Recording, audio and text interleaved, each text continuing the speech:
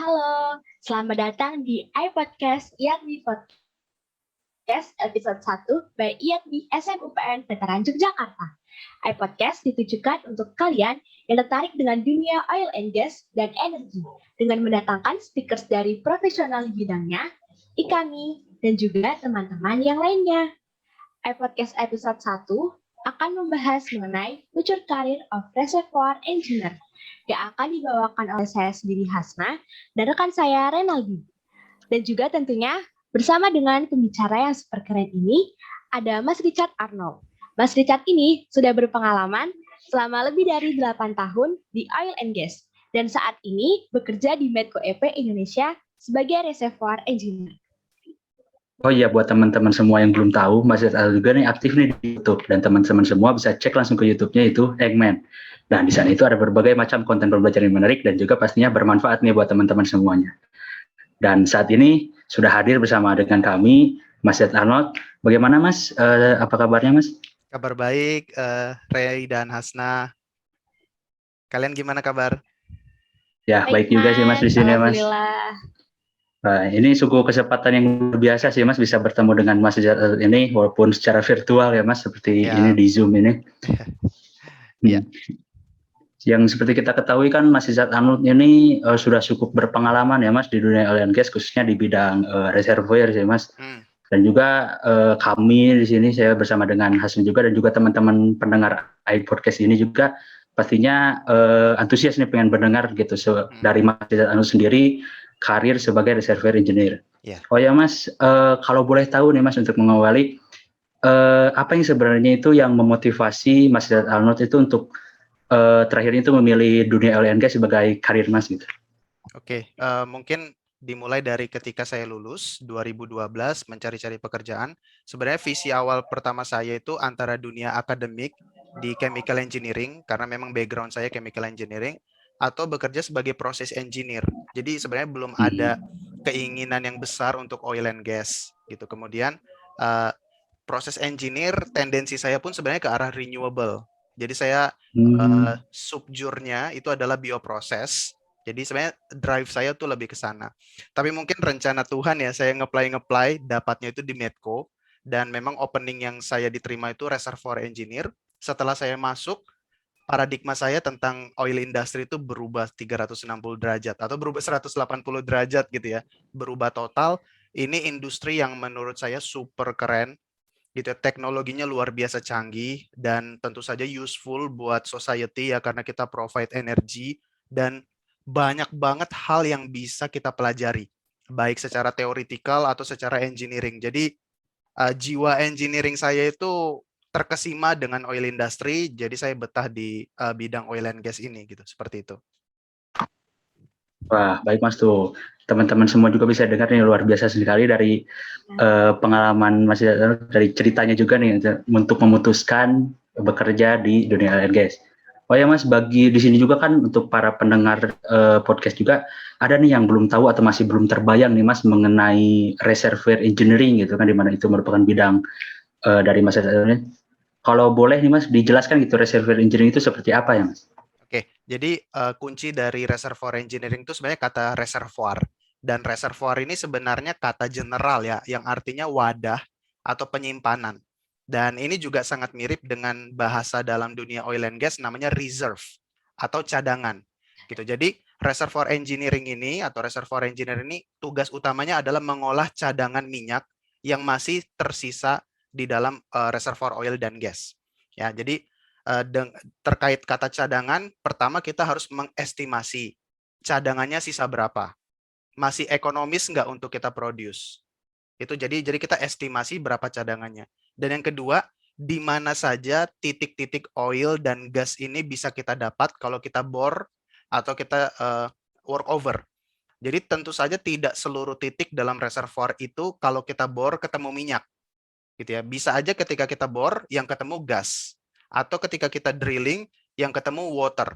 Jadi salah satu tugas engineer yang utama, reservoir engineer yang utama, dia juga harus bisa mengestimasi, memprediksi kalau kita drilling di mana kita akan nemu oil dengan probability yang lebih tinggi. Seperti itu ya. Jadi kita estimasi cadangan, kita memprediksi di mana-mana saja kita bisa ketemu oil dan juga bagaimana performa produksinya. Jadi ketika kita sudah drilling, kita perforasi, kita kompresi, kita siapkan sumurnya, kita produce, berapa flow rate-nya dan berapa lama dia bisa produce. Nah, jadi untuk bisa mengestimasi itu kita perlu skill rock property analysis, PVT analysis, nodal analysis, baru kita bisa memforecast performa reservoir atau performa sumur-sumur yang kita drilling. Dan yang terakhir, menyiapkan field development plan, gitu ya. Jadi si lapangan ini atau reservoir ini mau diapakan mulai dari sekarang sampai puluhan tahun mendatang. Kita yang menyiapkan planningnya, seberapa banyak kita akan recover, seberapa banyak kita drilling, seberapa banyak kita melakukan workover, apakah kita melakukan water flood, secondary oil recovery, atau tertiary oil recovery dengan enhanced oil recovery. Bagaimana saja semuanya itu, development plan-nya seperti apa, supaya lapangan atau reservoir ini memberikan oil dan gas se-economical mungkin. Jadi kurang lebih seperti itu tugas dari reservoir engineer. Sangat menarik banget ya, Mas. Ya. Nah, untuk ruang lingkup dari pekerjaan sebagai reservoir engineer itu bagaimana ya, Mas? Dan apakah reservoir engineer itu lebih banyak stay di kantor atau terkadang juga bisa ke field? Oke, jadi untuk reservoir engineer kita sangat bergantung dengan penggunaan software sebenarnya. Yang paling baik adalah kalau kita bisa menggunakan reservoir simulation, reservoir modeling gitu ya, dan juga berbagai software-software lain. Untuk bekerjanya sendiri, reservoir engineer tuh tidak wajib ke lapangan, ya. Jadi kita lebih di kantor, di meja, kita lakukan simulasi, kita lakukan sebuah estimasi dengan software Excel tools yang kita punya. Adapun kalau kita butuh data-data tertentu, misalnya data tekanan, data flow rate, data sampling apapun, kita punya perwakilan engineering di lapangan yang biasa disebut field engineer atau surveillance engineer. Ya, itu tergantung organisasinya ya. Ada organisasi yang surveillance engineer dan reservoir engineer ini satu divisi atau satu departemen yang sama. Jadi koordinasi gampang. Kalau kita butuh data, kita email ke mereka, kita koordinasi, nanti mereka yang eksekusi. Dan sebaliknya gitu ya. Jadi kita di kantor, ada perwakilan engineering nanti di lapangan untuk menghandle semua pengambilan data, surveillance, dan eksekusi pun nanti biasanya ada teman-teman production engineer, drilling engineer, dan field engineer yang akan mengeksekusi pekerjaan di lapangan. Misalnya kita sebagai engineer mempropos pengeboran, atau mempropos workover, atau mempropos water flood, atau mempropos enhanced oil recovery, nanti yang mengeksekusi ke lapangan itu bisa teman-teman field engineer atau production engineer. Mungkin sesekali kalau betul-betul butuh advice dari kita bisa ke lapangan. Tapi majority kita di kantor. Seperti itu. Baik, Mas. Nah, bagi pendengar podcast ini yang masih mahasiswa, mungkin kebanyakan masih bingung untuk menentukan karirnya di dunia oil and gas.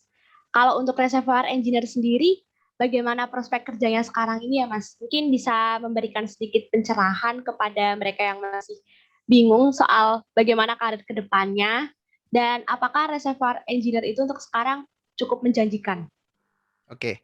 Nah, memang kalau di masa-masa sekarang ya, karena COVID, karena energy transition, ini oil and gas khususnya dalam hal lowongan atau job vacancy ini lagi mungkin masa-masa adjustment, masa-masa transisi gitu ya. Jadi mungkin agak sepi job lowongan pekerjaan.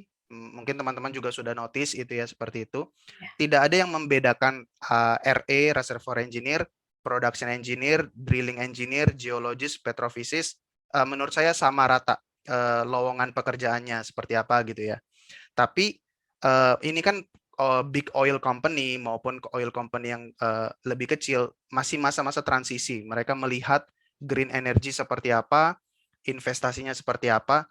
Tapi ada satu titik cerah yang membuat kita bisa cukup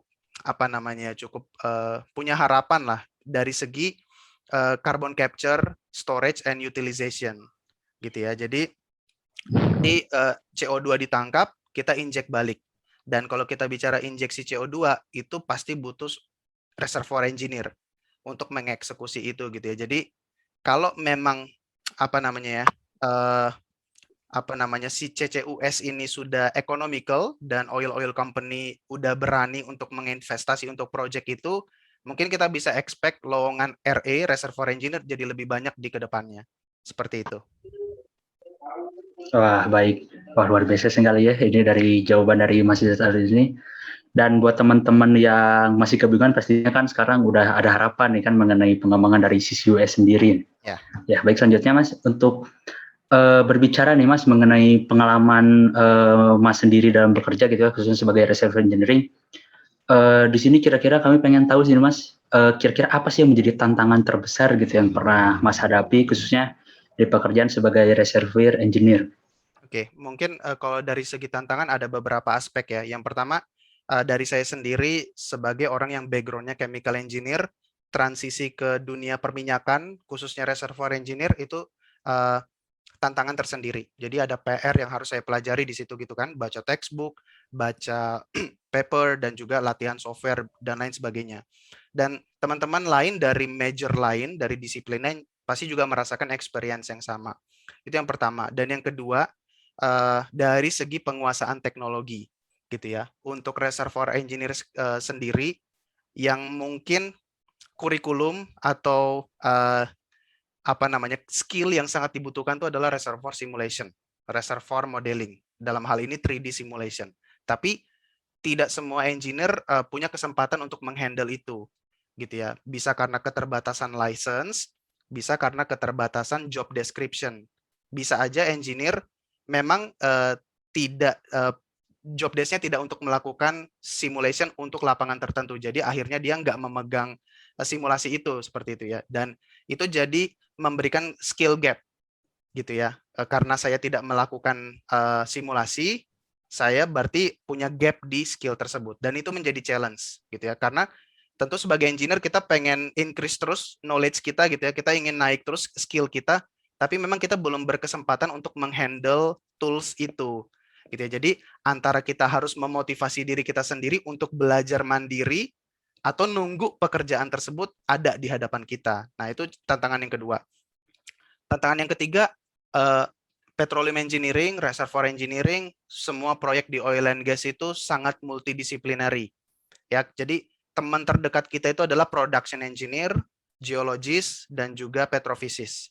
Artinya kita nggak mungkin zero knowledge untuk masing-masing bagian tersebut. Kita perlu tahu lah bagaimana baca log, bagaimana baca peta, kita perlu tahu lah bagaimana stimulasi, fracturing, acidizing, kita perlu tahu skema sumur itu seperti apa, dan kita juga perlu tahu nodal analisis, dan lain sebagainya.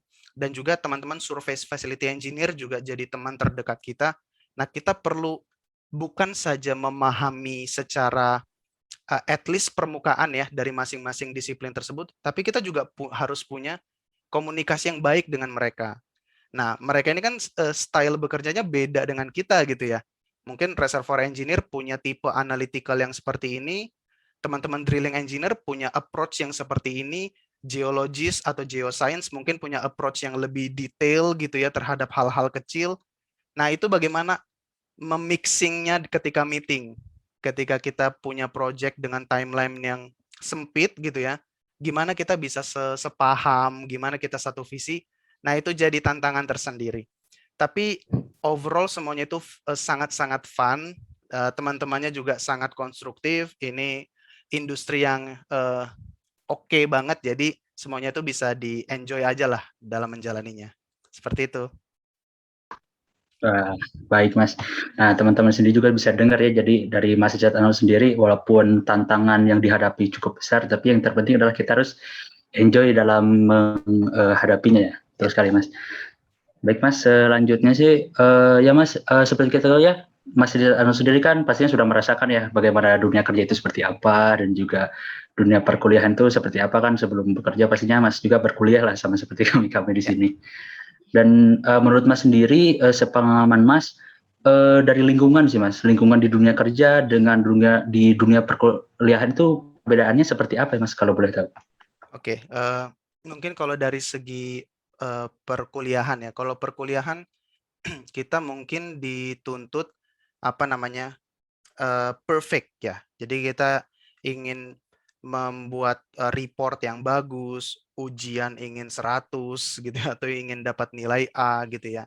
Mudah lah menilainya secara kualitatif atau kuantitatif, ada nilainya gitu ya. Dan kita solo fighter pun bisa kalau di akademik gitu ya. Misalnya saya di S2 itu majority bisa dilakukan dengan belajar sendiri, bisa gitu ya, bisa survive dengan nilai yang dengan nilai yang bagus gitu di akademik. Tapi nggak semua juga sih, tergantung jurusannya juga gitu ya.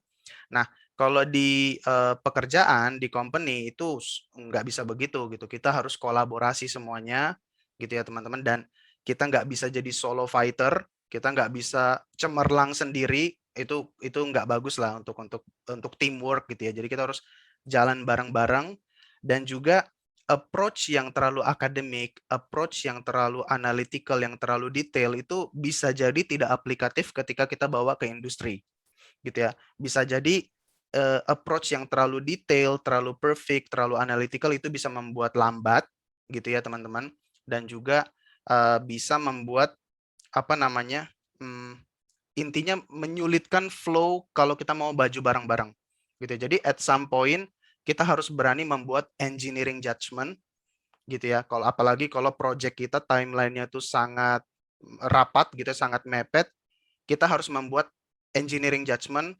asumsi dan statistik gitu ya. Asalkan semuanya itu punya fondasi yang cukup kuat, tanpa harus perfect, detail, analytical, itu masih acceptable seperti itu. Jadi ya kira-kira seperti itu perbedaan antara dunia akademik dengan dunia praktisi seperti itu.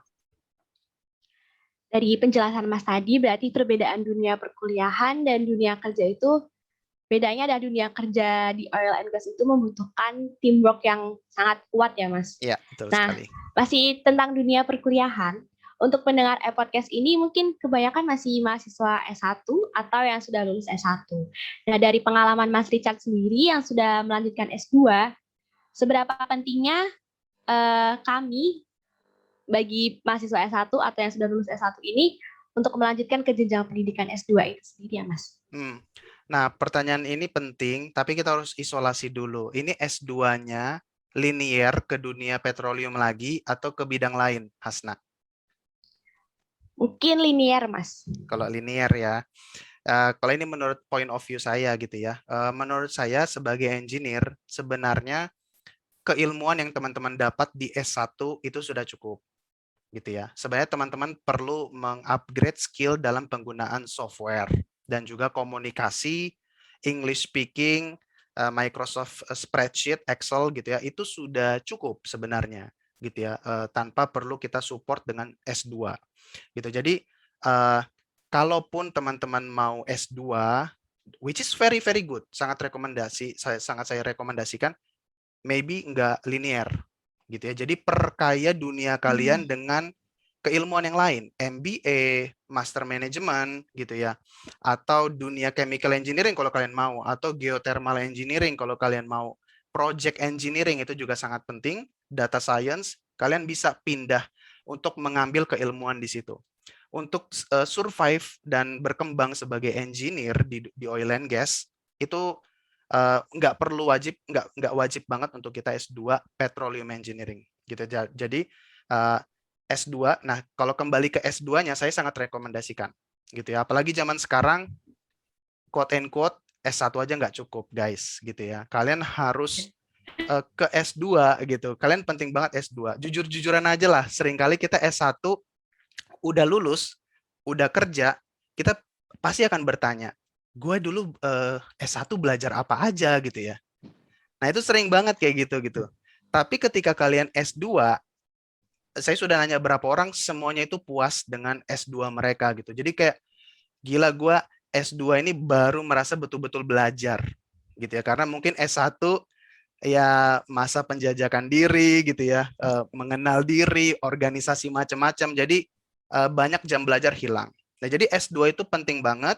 Itu membuka hasanah kalian gitu ya, membuka pengalaman kalian, membuat kalian juga punya teamwork yang lebih baik karena beberapa mata kuliah itu pasti meminta kalian teamwork di S2.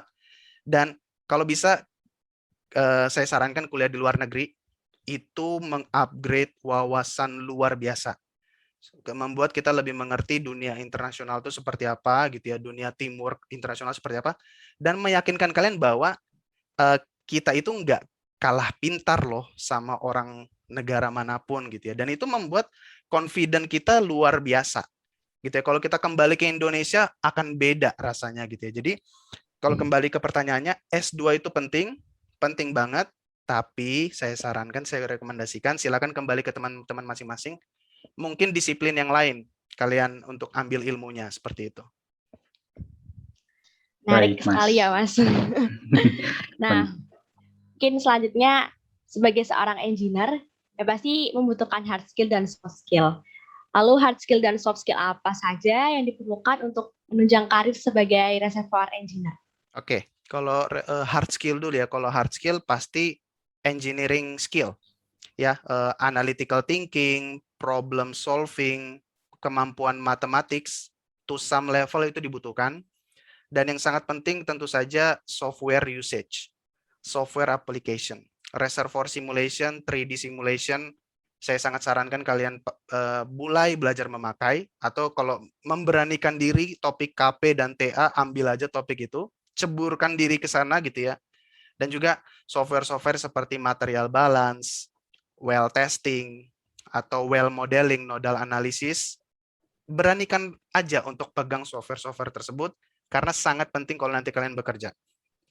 Dan juga penggunaan Microsoft Excel. Sebenarnya di atas 80% jam kerja kita pakai Excel instead of software-software lain. Gitu ya. Jadi kemampuan spreadsheet, penggunaan Excel, VLOOKUP, dan lain sebagainya, what if analisis, itu semuanya udah harus jadi makanan sehari-hari kalau kita jadi reservoir engineer. Gitu ya teman-teman. Dan juga statistik. Gitu ya. Karena kita menghandle data yang sangat banyak, kita butuh kemampuan menggunakan statistik seperti itu.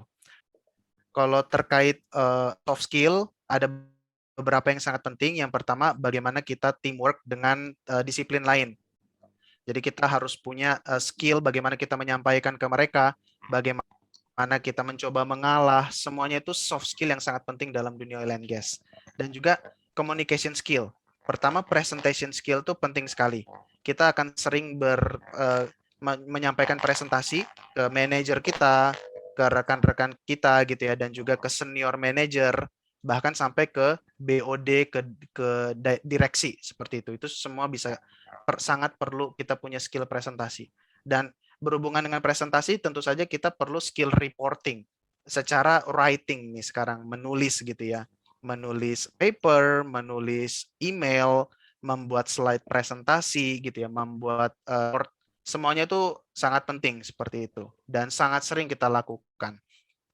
Dan juga tentu saja karena kita di dunia oil and gas nggak bisa lepas dari English gitu ya, nggak bisa lepas dari bahasa Inggris. Jadi sangat di-encourage teman-teman untuk bisa semakin fasih bahasa Inggrisnya, semakin baik dalam penulisan English-nya gitu ya, karena memang oil and gas itu sangat dekat dengan internasional, sangat dekat dengan conference, third party-nya, vendornya juga banyak yang dari luar gitu ya. Jadi kita perlu bisa berpresentasi, menulis, dan membaca dalam bahasa lain, dalam bahasa Inggris dalam hal ini.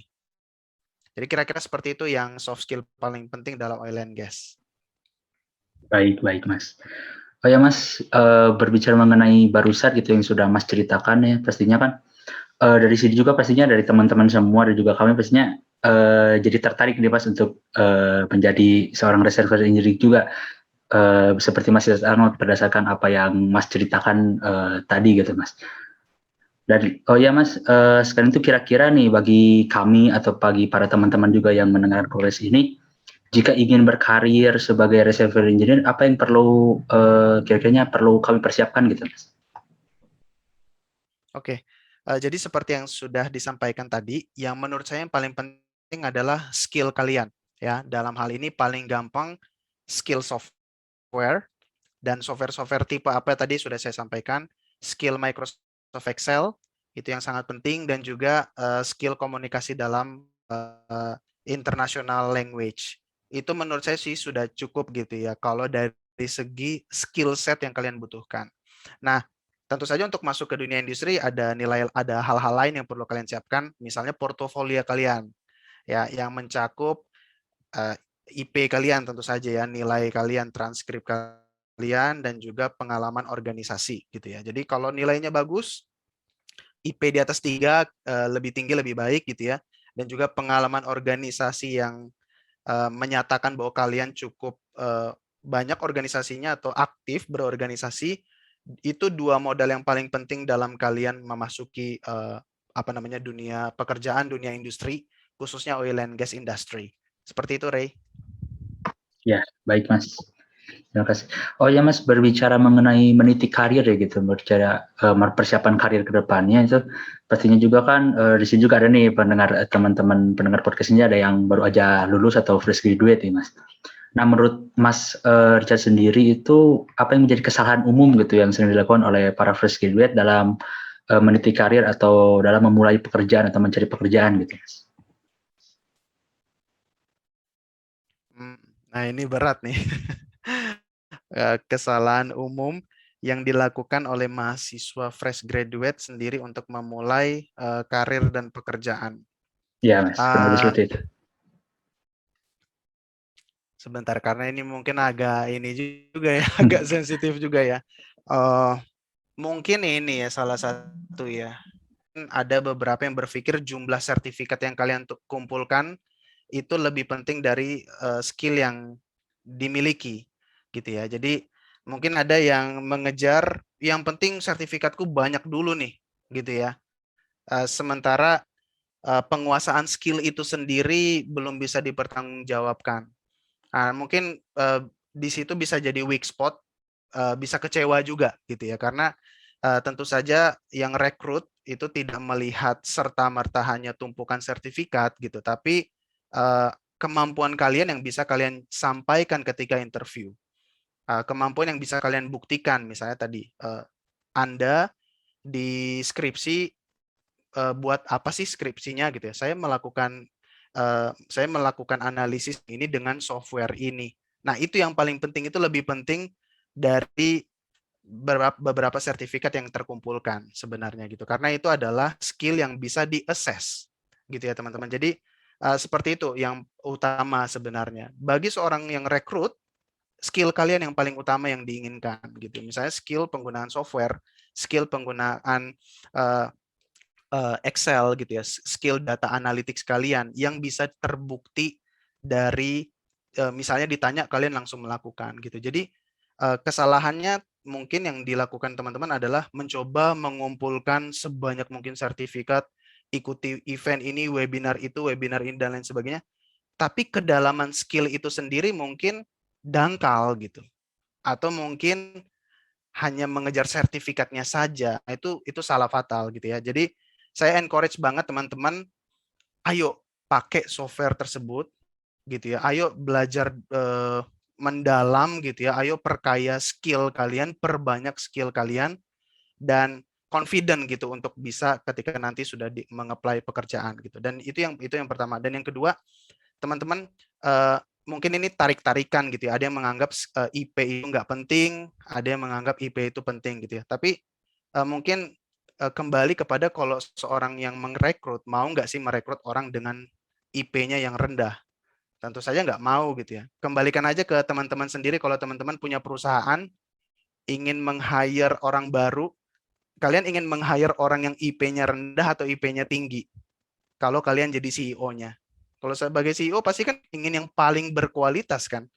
Ingin anak yang paling pintar, paling skillful, dan paling social life-nya oke gitu, tidak tukang menyendiri dan lain sebagainya. Pasti itu yang dicari. Jadi sebagai mahasiswa harus kejar nilai yang baik gitu ya, berprestasi yang baik gitu. Selain organisasinya baik, IP yang baik itu juga menurut saya pribadi itu sangat penting gitu ya. Jadi seperti itu. Dan juga kesalahan yang dilakukan adalah mungkin beberapa mahasiswa, saya juga pernah melihat mengirim CV dalam tanda petik membabi buta gitu. Tidak ada lowongan, dikirim aja gitu. Langsung disebar CV itu walaupun CV tersebut tidak diundang oleh rekruter. Nah, itu tiba-tiba muncul nih, misalnya orang HR gitu ya, human resource, tidak ada lowongan, tapi tiba-tiba muncul ada email yang melamar pekerjaan, mengirimkan CV. Itu menurut saya tidak terlalu bagus sebenarnya, teman-teman. Gitu ya. Karena memang tidak ada lowongan, jangan asal sebar gitu. Jadi mari kita juga lebih hati-hati gitu ya. Kita apply ke yang memang secara official ada lowongannya. Terus mungkin satu lagi ya teman-teman, kesalahannya adalah tidak berani pindah bidang. Oke teman-teman, jangan takut teman-teman. eh, S1 itu tidak menentukan kamu bekerja di mana. Ya, jadi saya chemical engineer, tidak ada yang mengharuskan saya bekerja di dunia chemical engineering. Tidak. Petroleum engineering tidak juga ada yang mengatakan kamu harus bekerja di oil and gas. Gitu ya. Apa yang kita dapatkan di S1 itu membentuk pola pikir kita sebenarnya. Membentuk pola pikir matematik kita, logik kita, tapi itu tidak menentukan karir kita. Gitu. Jadi kalau teman-teman mengapply, ada yang dapat pekerjaan lambat, ada yang dapat pekerjaan cepat, ya itu fine-fine aja. Tapi buat yang susah mencari pekerjaan, beranikan diri coba lompat bidang. Saya yakin pasti kalian survive gitu ya. Jadi jangan terlalu lama menanti tidak pasti juga gitu ya. Jadi upgrade skill kalian, coba berani untuk mencari lowongan di tempat lain, dapat pengalaman, dan kalau memang setelah dijalani masih haus ingin kembali lagi gitu, masih kangen masih rindu dengan dunia oil and gas, kalau ada lowongan ya apply lagi gitu. Jadi jangan menunggu tema gitu kira-kira teman-teman. Ya so far seperti itu ya teman-teman yang bisa saya sharingkan. Intinya jangan stop belajar sih teman-teman. Selalu upgrade diri kalian, baca textbook, baca paper, coba software, tonton video tutorial di YouTube gitu ya. Webinar ikuti aja. Tapi ingat, kedalaman skill kalian lebih penting dari sertifikat-sertifikat yang kalian punya. Kira-kira seperti itu, teman-teman. Baik, Mas, baik. Wah, dari perbincangan dan juga tadi juga dari berbagi pengalaman dari yang sudah Mas Cetanul sendiri ceritakan dan bagikan bersama kami dan juga teman-teman setia pendengar podcast ini. Tadi sungguh sangat menginspirasi sekali sih Mas, dan juga benar-benar membuka wawasan gitu Mas bagi kami untuk kedepannya. Jadi kami juga jadi semakin terbayang gitu untuk kedepannya itu harus seperti apa. Wah, tidak terasa ya Mas, waktu sudah berjalan cukup lama gitu dari awal dari kami memulai podcast ini nggak sampai saat ini, dan sepertinya di podcast episode 1 ini sepertinya cukup sampai di sini sih Mas. Siap. Terima kasih untuk Mas Richard yang sudah berkenan dan meluangkan waktunya menjadi guest star pada YAKMI podcast episode 1 ini ya Mas. Siap, Asna. Terima kasih banyak untuk Mas. Teman-teman semuanya, pendengar setia iPodcast, tetap stay tune dan nantikan iPodcast episode selanjutnya. Stay healthy and stay at home. Bye-bye. Bye-bye. Oke,